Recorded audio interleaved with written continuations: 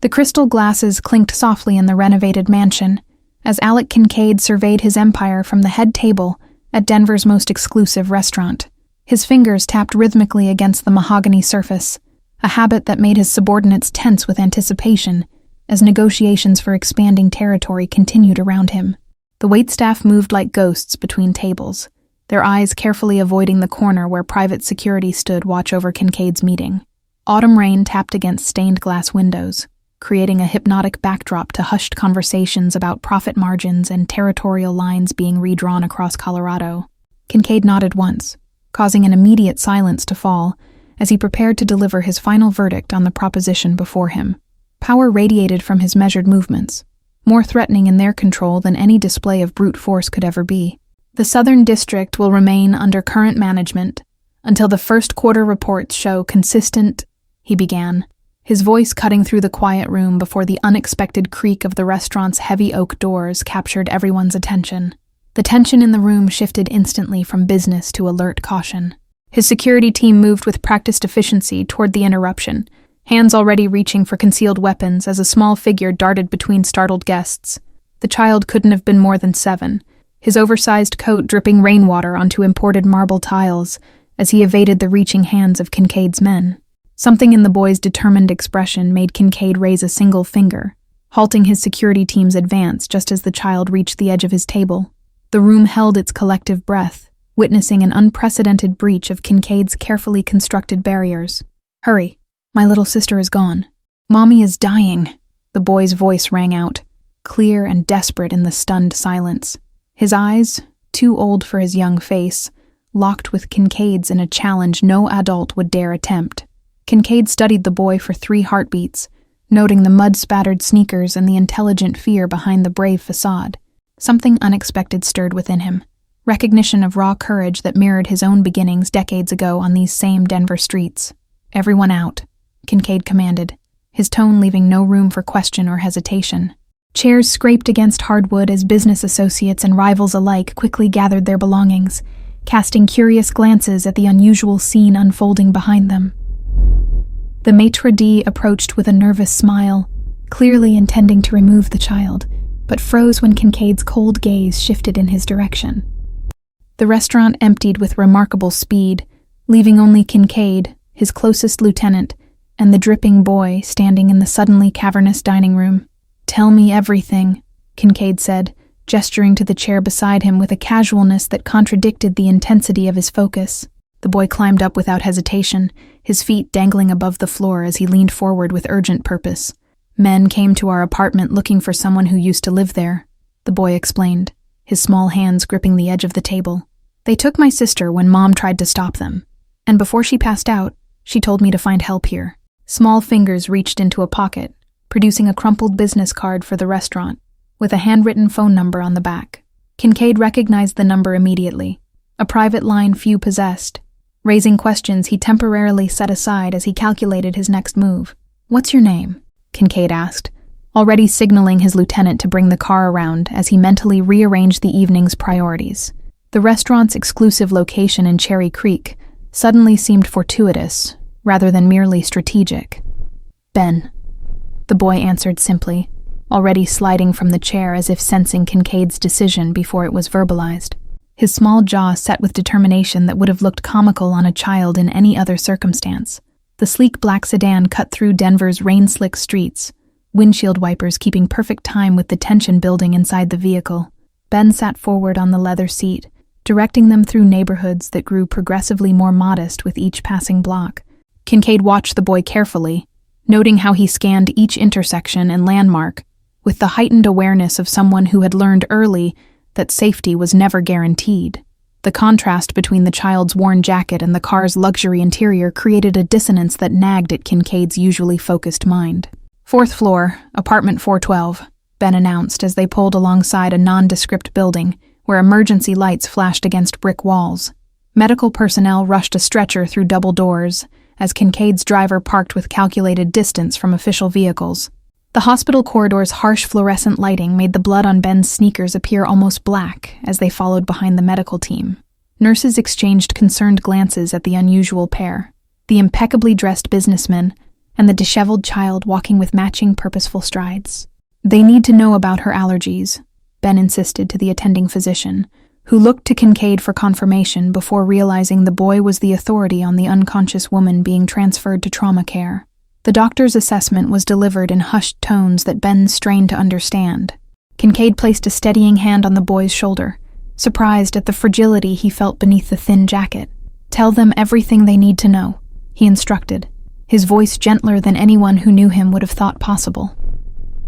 "She's a nurse here," Ben explained, straightening his small shoulders under Concaid's hand. "That's how I knew where to bring her when we got away from the apartment. She works night shift in pediatrics." The revelation added another layer of complexity to the situation. The woman wasn't just any victim, but someone known to the hospital staff. Personnel began moving with increased urgency, a colleague's life now hanging in the balance rather than a stranger's. "My sister has a special bear," Ben continued, attention now fully on Concaid. "She won't go anywhere without it, but they took her before she could grab it. It has a tracker Mom sewed inside. She's always worried about us." Concaid's eyebrows raised slightly, the only indication of his surprise at this potentially critical information. He stepped away, phone already in hand as he contacted his network to trace the tracking device, mind calculating probabilities and resources needed for what had become an unexpected rescue mission. "They came looking for someone named Westbrook," Ben added, showing an uncanny ability to prioritize information that might help. "Mom kept saying they had the wrong place, that we only moved in 3 months ago, but they wouldn't listen." The name registered immediately in Concaid's mental catalog, a former accountant who had disappeared after embezzling significant funds from several dangerous people. The pieces clicked into place with alarming clarity as Concaid recognized his own indirect connection to this family's tragedy. "I need men at the hospital entrance, apartment building, and coordinated with the bear tracker," Concaid instructed his lieutenant quietly, maintaining visual contact with Ben, who stood vigilant beside his mother's emergency room door. Full background on previous tenant Westbrook and current residents. Priority clearance. The hospital staff worked efficiently around the unconscious woman, their movements becoming more urgent when monitors began signaling complications. Ben pressed his forehead against the observation window, small fingers splayed against the glass, as if trying to reach through the barrier to his mother. "They'll find your sister," Concaid stated with absolute certainty, as he returned to Ben's side, the promise carrying the weight of unspoken power behind it. "I need you to tell me everything you remember about the men who took her." Denver's skyline glittered through rain-streaked windows as Concaid established a temporary command center in a private hospital waiting room. Maps of the city spread across tables while Ben carefully described the intruders with remarkable detail, from distinctive shoes to partial conversations overheard from his hiding place. The tall one kept checking his phone and saying something about docs, Ben recalled, fatigue evident in his slumping shoulders despite his determination to stay focused. And the one with the scar called someone named Price for new instructions when they realized Mom wasn't who they wanted. Concaid's network mobilized with silent efficiency, information flowing through encrypted channels as warehouse districts and shipping operations came under discreet surveillance. The boy's memory proved invaluable, each detail narrowing the search parameters across Denver's sprawling urban landscape. A nurse appeared with update on the mother's condition, stabilized but critical, along with a hesitant question about relation to patient that Concaid deflected with practiced ease. The bureaucratic obstacles that would normally complicate such situations dissolved under his influence, creating a protective bubble around Ben and his hospitalized mother. "Your sister, what's special about her that would make them keep her safe?" Concaid asked, instinctively understanding that predicting captors' behavior required knowing what might temper their actions. His experience with hostage situations, though from a different perspective, provided valuable insight into the psychology at play. Ben's eyes brightened slightly despite his exhaustion. "She carries a plastic magnifying glass everywhere. Says she's a detective solving mysteries. She notices everything and asks a million questions. Mom says she's too smart for her own good sometimes." The image of the small girl with her magnifying glass investigating her captors, despite danger, struck Concaid with unexpected force. Children rarely factored into his world of calculated risks and strategic maneuvers. Yet here he was, deploying resources typically reserved for territory defense to find one small detective with a plastic tool. "She sings when she's scared," Ben added softly, rubbing tired eyes with small fists. "Always the same song Mom taught us about brave explorers. If they tried to keep her quiet, That would make her sing louder. She's stubborn like that. This information triggered an immediate refinement in search parameters. Audio surveillance now focused on picking up a child's singing voice in the vicinity of dockside warehouses. Concaid's tech specialist remotely accessed security systems throughout the target area, scanning for any unusual activity or sound patterns. Reports began filtering in from field operatives positioned across Denver's industrial areas, each negative update increasing the tension in Concaid's normally impassive expression. The tracking device in the bear had remained frustratingly silent, likely disabled or contained in a signal-blocking location. "You should rest," Concaid told Ben, noting the boy fighting to keep his eyes open as midnight approached. "I'll wake you the moment we have news." The promise seemed to release something in the child, who finally allowed himself to curl up in an oversized chair, though his hand remained clutching Concaid's expensive suit sleeve. The unexpected contact created a strange anchor point for Concaid, as he continued coordinating the search operation around the sleeping child. Each decision he made now carried the weight of Ben's trust, something far more consequential than the business matters he'd abandoned earlier that evening. Concaid's lieutenant arrived with secured footage from the apartment building's surveillance system, providing clear images of the intruders and their vehicle. Recognition dawned immediately. Hired muscle working for a rival operation. Their target clearly the missing accountant, rather than the nurse and her children. "Get me everything on the mother," Concaid instructed quietly, careful not to wake Ben as he studied the hospital records his influence had procured. "I need to understand why she had my private number and what connection exists to Westbrook's disappearance." The answer came at dawn. Hospital records revealing the nurse had treated Westbrook's daughter during a medical emergency months earlier, forming a brief connection before he vanished. The accountant's final act had been leaving her the restaurant's information with Concaid's number, calling it insurance, should trouble ever find her. Sunlight filtered through hospital blinds as Ben awoke, momentarily disoriented until his eyes found Concaid's imposing figure by the window. The Mafia leader's jacket was draped over a chair, sleeves rolled up as he studied maps spread across an improvised workstation while maintaining quiet phone conversations. "Mom," was Ben's first question, as he rubbed sleep from his eyes, immediately followed by, "My sister?" His priorities remained unwavering despite the surreal circumstances that had thrust him into alliance with one of Denver's most powerful underworld figures. Concaid handed the boy a paper cup of hot chocolate from the nurse's station, a surprisingly thoughtful gesture from a man who typically delegated such tasks. "Your mother is stable. Surgery was successful. No word yet on your sister, but we've narrowed the search area significantly." Ben nodded solemnly, accepting both the drink and information with equal gravity as he joined Concaid at the maps. His small finger traced neighborhoods with surprising knowledge of the city's layout, pointing out shortcuts through service alleys and parks that wouldn't appear on standard navigation systems. "These warehouses connect underground," he explained, indicating a section near the river docks. "Mom's friend works security there. He showed us once. Said it was from Prohibition times, when they needed to move things secretly." Concaid reassessed his strategy instantly, recognizing the value of knowledge that even his extensive network had overlooked. He summoned his lieutenant with new instructions, incorporating Ben's insight with the efficiency of someone accustomed to adapting plans when presented with superior intelligence. A doctor entered with update charts, surprised to find the young boy engaged in what appeared to be serious consultation with the intimidating businessman.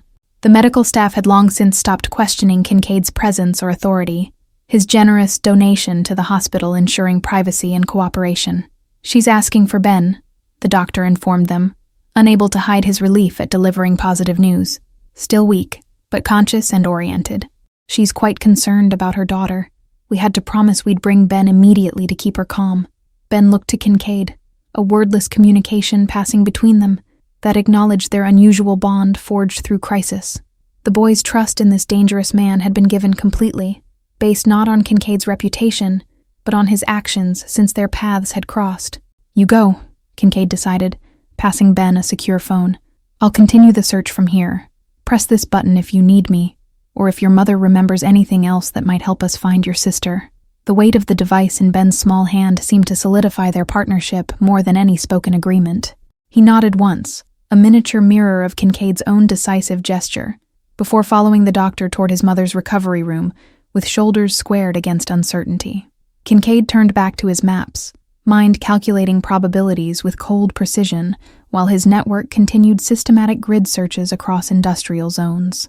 The unfamiliar feeling of urgency for someone outside his organization disturbed his usual detachment, creating an emotional investment he hadn't experienced in years. New information arrived from surveillance teams. A suspicious delivery to an abandoned fish processing plant near the river. Sealed crates moved under unusually heavy guard for such a seemingly minor operation.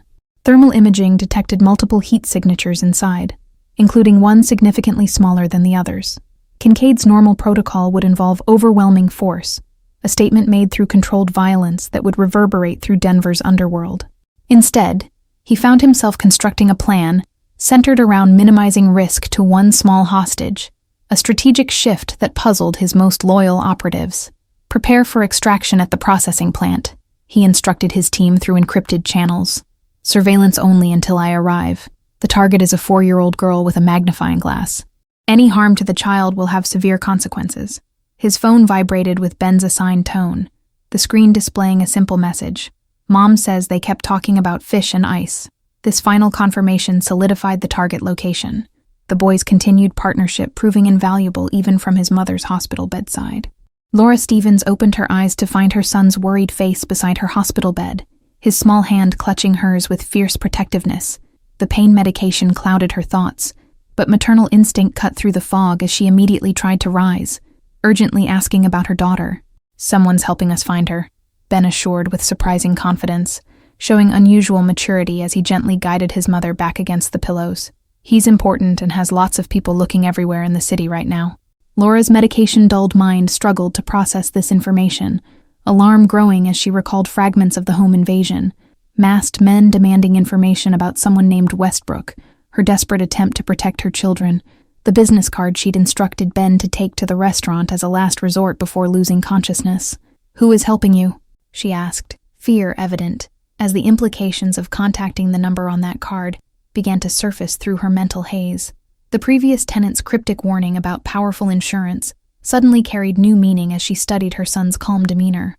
Before Ben could answer, the hospital room door opened to reveal Concaid himself, his commanding presence filling the sterile space despite his deliberately casual stance. Laura's nursing experience had exposed her to various power dynamics, but she instantly recognized the barely contained authority radiating from this stranger. "Your son found me," Concaid stated simply, maintaining a respectful distance from the bed as he assessed her condition with analytical precision. "I've located your daughter, and am preparing to bring her back safely."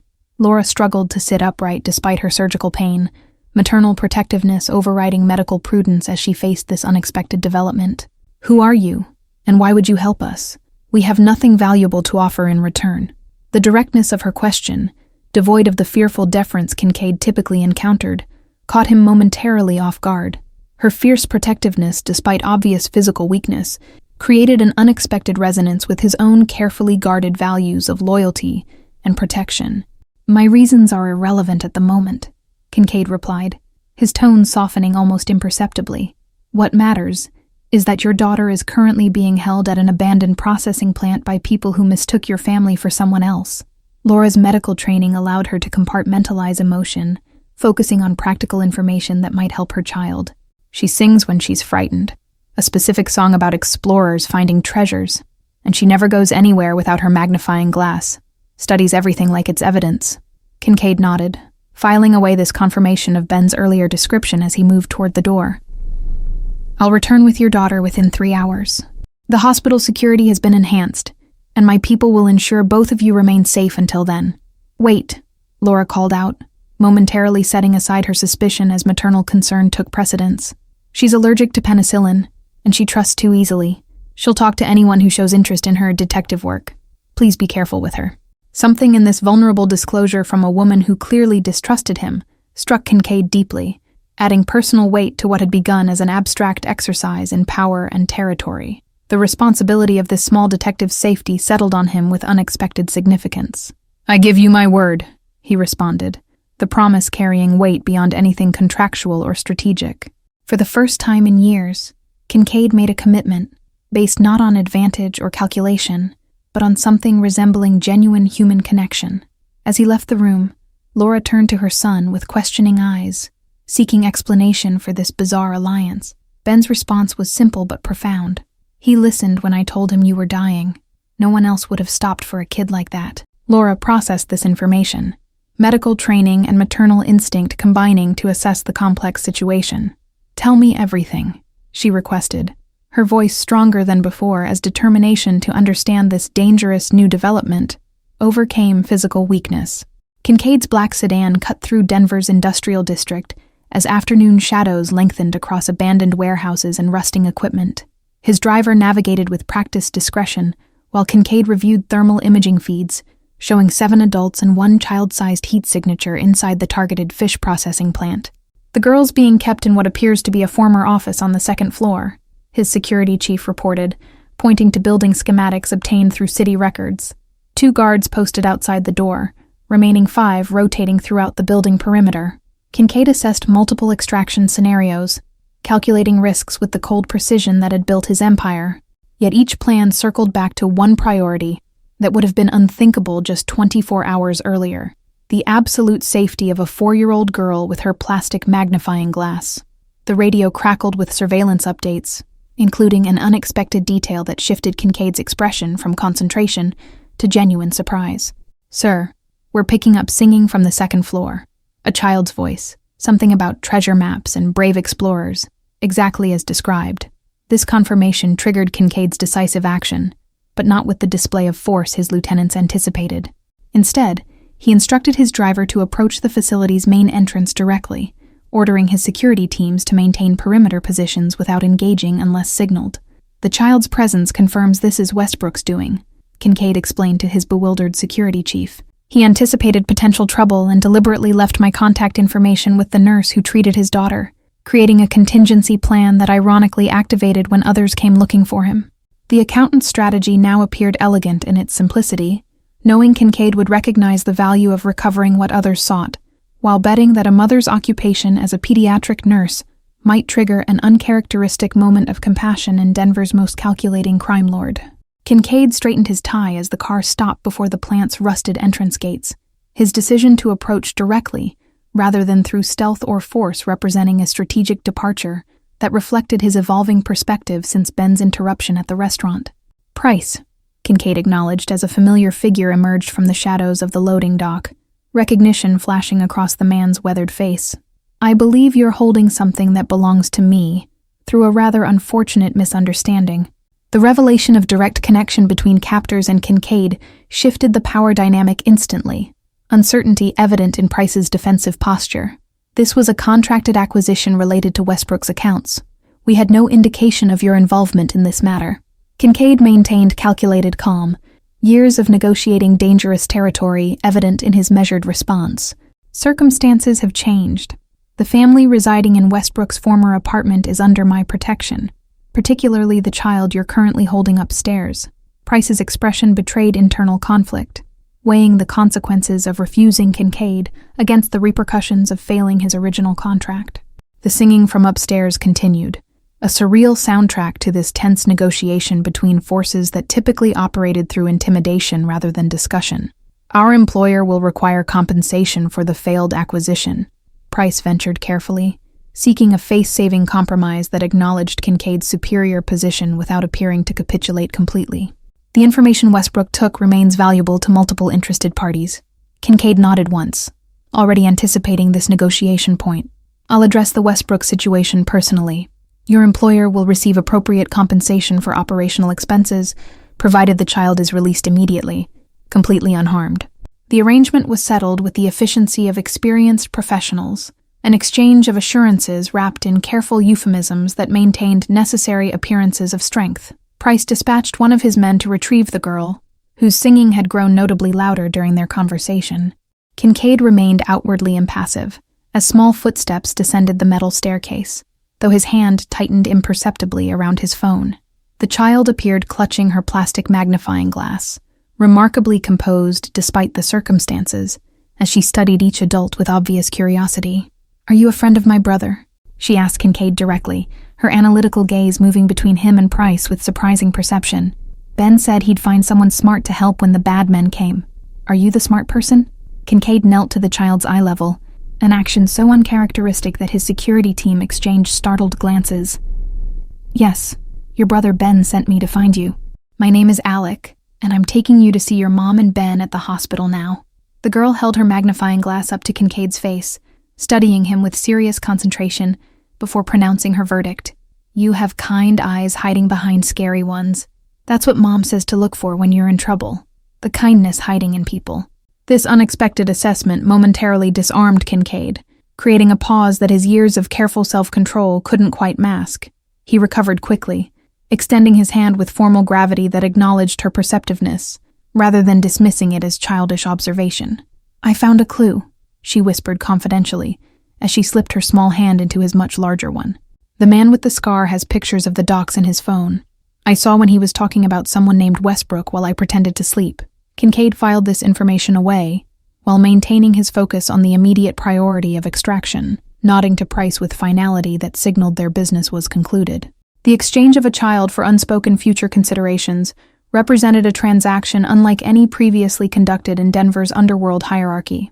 The security team formed a protective formation as Concaid guided the girl toward the waiting sedan, her plastic magnifying glass now trained on the vehicle's bulletproof windows with scientific fascination. She showed remarkable composure for a child who had endured abduction, her analytical mind apparently processing the experience as an adventure rather than trauma. "Will my bear find us?" she asked, as Concaid secured her in the back seat, concern finally breaking through her detective persona. "He has a special chip inside so he never gets lost, but they wouldn't let me bring him when they took me from our apartment." Concaid produced a small backpack from beside his seat, containing the tracking-enabled teddy bear his team had recovered during their surveillance of the captor's previous movements. The stuffed animal had provided crucial confirmation of the processing plant location before the battery died, its final electronic signal contributing to this unlikely rescue. The girl's face transformed with joy as she clutched the bear tightly, whispering secrets into its worn fur, before looking up at Concaid with newfound trust. "You really are the smart person Ben promised. No one else would have found Mr. Detective Bear." Throughout the drive to the hospital, she maintained a steady stream of observations about her captors, details about routines, conversations overheard, and distinguishing characteristics that surpassed what many trained adults might have noticed. Her natural investigative instincts had transformed a traumatic experience into an information-gathering mission. They were scared of someone, she noted while examining the car's interior with her magnifying glass. The one with the funny walk kept saying, "He'll have our heads if we don't find it," whenever he looked at me. I think they took the wrong detective for their case. This innocent assessment contained critical intelligence about the larger situation, confirming Concaid's suspicion that multiple factions were pursuing Westbrook's missing financial records. The child had unwittingly become central to a complex power struggle extending far beyond a simple case of mistaken identity. The hospital's side entrance allowed for discreet arrival, avoiding media attention that had begun gathering as news of the abduction reached local outlets. Concaid's influence ensured clear pathways through service corridors, his security team maintaining vigilant perimeter control as they approached Laura's room. Ben spotted them first, his face appearing in the doorway before breaking into a sprint down the corridor toward his sister. The children collided in a fierce embrace, their mother's relieved sob audible from the hospital room as she attempted to rise from her bed despite medical equipment restricting movement. "You kept your word," Laura acknowledged, as Concaid entered behind the reunited siblings, her expression a complex mixture of gratitude, wariness, and dawning recognition of exactly who stood before her. The pediatric nurse who treated society's most vulnerable children now found herself indebted to a man who operated in shadows she'd only glimpsed through emergency room admissions. Concaid maintained a respectful distance as the family reunion unfolded, the unfamiliar warmth in his chest at this successful outcome, both unsettling and oddly satisfying. For the first time in years, his power had been directed toward protection rather than control, creating an outcome that couldn't be measured in territory or profit. 3 weeks passed before Laura received medical clearance to leave the hospital, her recovery monitored by specialists whose attentiveness suggested influence beyond standard insurance coverage. The children had remained by her side, hospital administrators making unprecedented accommodations that left nursing staff speculating about their mysterious benefactor. "We can't go back to our apartment," Laura stated as discharge papers were finalized, her tone making it clear this wasn't a question, but a decision already determined. Ben and his sister exchanged glances, their shared experience having created a silent communication system that adults weren't privy to. Concaid stepped into the room with timing that suggested he'd been monitoring the discharge process, his presence now accepted rather than questioned by hospital staff. Arrangements have been made for temporary housing until more permanent options can be secured. Security will remain in place throughout the transition. Laura studied him carefully, professional assessment combining with maternal instinct as she considered their situation. Why are you still helping us? The rescue is complete. Your obligation, whatever it was, has been fulfilled. This direct challenge to his continued involvement was delivered without the fear or deference Concaid typically encountered, her steady gaze demanding honesty, rather than the calculated half-truths he employed in business. The children watched this exchange with obvious interest, recognizing its importance to their future. Westbrook's former associates believe your family possesses information that doesn't exist, Concaid explained, respecting her intelligence enough to offer the unvarnished situation. Until this misconception is permanently corrected, your safety remains at risk, a risk I'm uniquely positioned to mitigate. The practical logic of his explanation provided acceptable framework for continued assistance without addressing the unspoken reality that something fundamental had shifted in Concaid's priorities since a determined 7-year-old boy had interrupted his business dinner 3 weeks earlier. Laura recognized the deliberate omission, but chose not to challenge it directly, instead focusing on immediate practicalities as she gathered the children's few belongings. We'll need to retrieve essential items from the apartment: school records, medical information, irreplaceable photographs. The family's relocation to a secure brownstone in a quiet neighborhood proceeded with military precision, Concaid's organization demonstrating unexpected efficiency in domestic matters. Security remained discreet but omnipresent, blending into the community while maintaining protective surveillance that gradually became part of the family's new normal. Concaid found himself visiting the brownstone with increasing frequency in the weeks that followed, initially with logical pretexts related to security arrangements, before pretense gave way to honest acknowledgement of his interest in the family's adjustment. Laura's wariness gradually softened as she observed his genuine concern for the children's welfare. "You never answered my question from the hospital," she noted one evening after the children had gone to bed, her recovery progressing enough that she could move without wincing. "About why you're really helping us. The security explanation makes practical sense, but it doesn't explain your personal involvement." Concaid considered his response carefully, unaccustomed to the transparency this woman somehow elicited from him. "Your son interrupted a business meeting that no one would dare disturb. He showed courage that impressed me, reminded me of choices I made long ago, when protecting what mattered required unexpected action." The admission created a momentary vulnerability that Laura recognized but didn't exploit, instead offering her own truth in exchange. "Ben has always seen things others miss. After his father abandoned us when my daughter was born, he took on responsibilities no child should have to carry.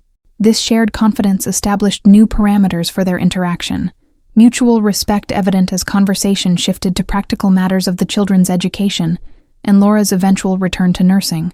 The comfortable rhythm of their discussion extended long into the evening, neither acknowledging the unusual nature of their developing connection.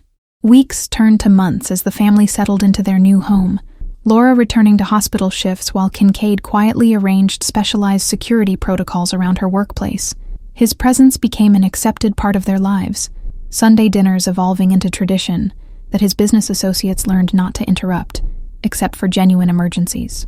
"You've changed," his lieutenant observed, after Concaid rescheduled an important territory negotiation to attend the girls' school science fair. "This family has become more than a protection obligation. They've become personal priority." The warning came on a Tuesday afternoon, intelligence suggesting renewed interest in Westbrook's missing financial records, with focus shifting back to Laura's family as potential unwitting custodians of information hidden in their former apartment. Concaid's network detected surveillance being established around the children's school and Laura's hospital. "We need to move them again," his security chief recommended, presenting evidence of the emerging threat pattern. "Perhaps consider relocating them outside Colorado entirely. Fresh identities, complete separation from anything connected to Denver or Westbrook."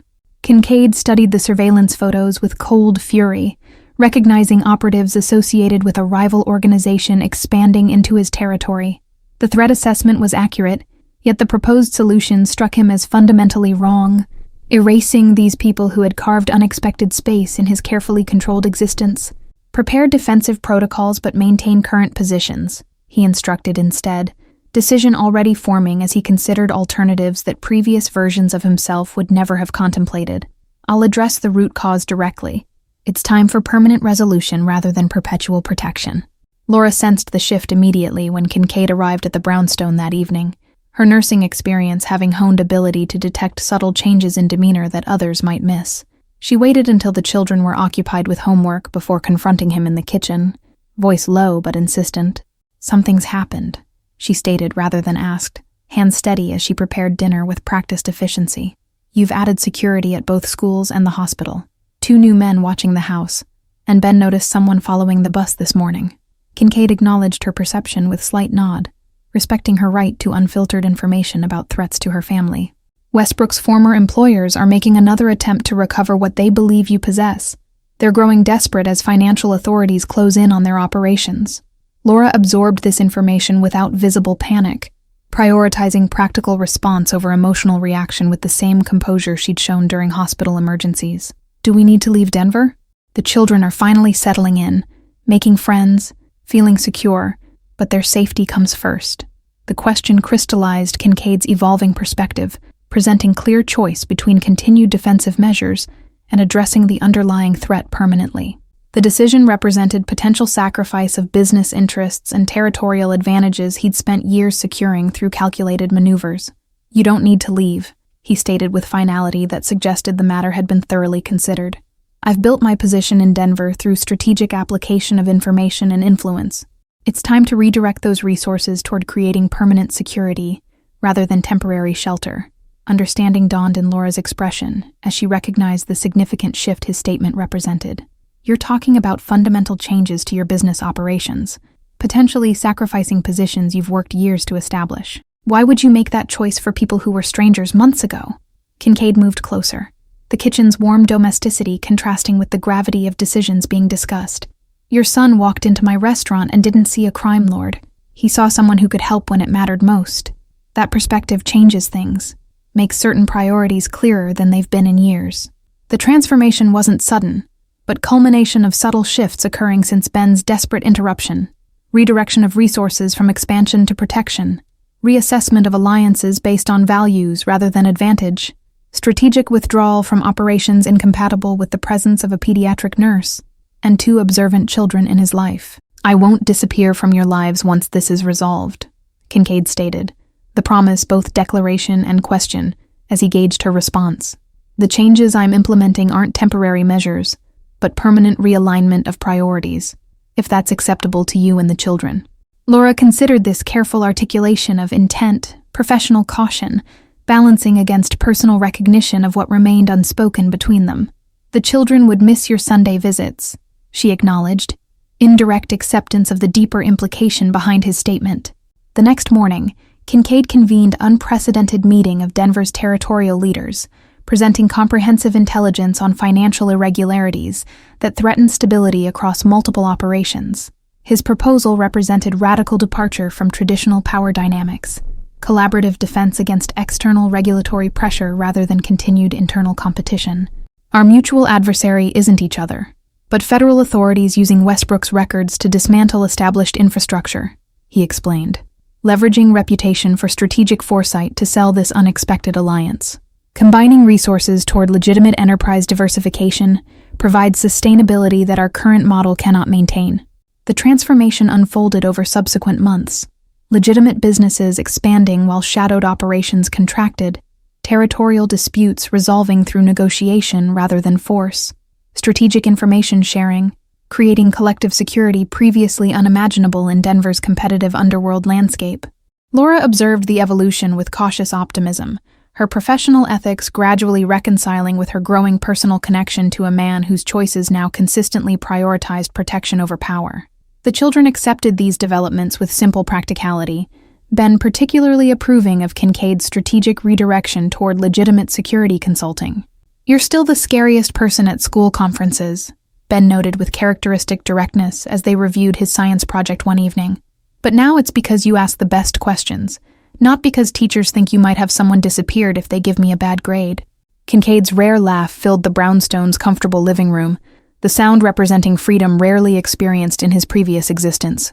The transformation remained incomplete, shadows of former operations requiring ongoing management, but the trajectory had been irreversibly altered by 3 desperate sentences from a determined child. "You found more than help that night at the restaurant," Laura observed as they stood watching the children playing in the backyard, spring sunlight illuminating the secure home that had developed from crisis. "You found your way back to the person you might have been before the world convinced you that power was the only protection worth having. Thank you for following this story to its conclusion. If you enjoyed this tale of transformation and redemption, please write in the comments where you're watching from around the world. Don't forget to like, subscribe, and share this video with someone who appreciates stories about unexpected connections that change lives. Your support helps me continue bringing these narratives to life each week.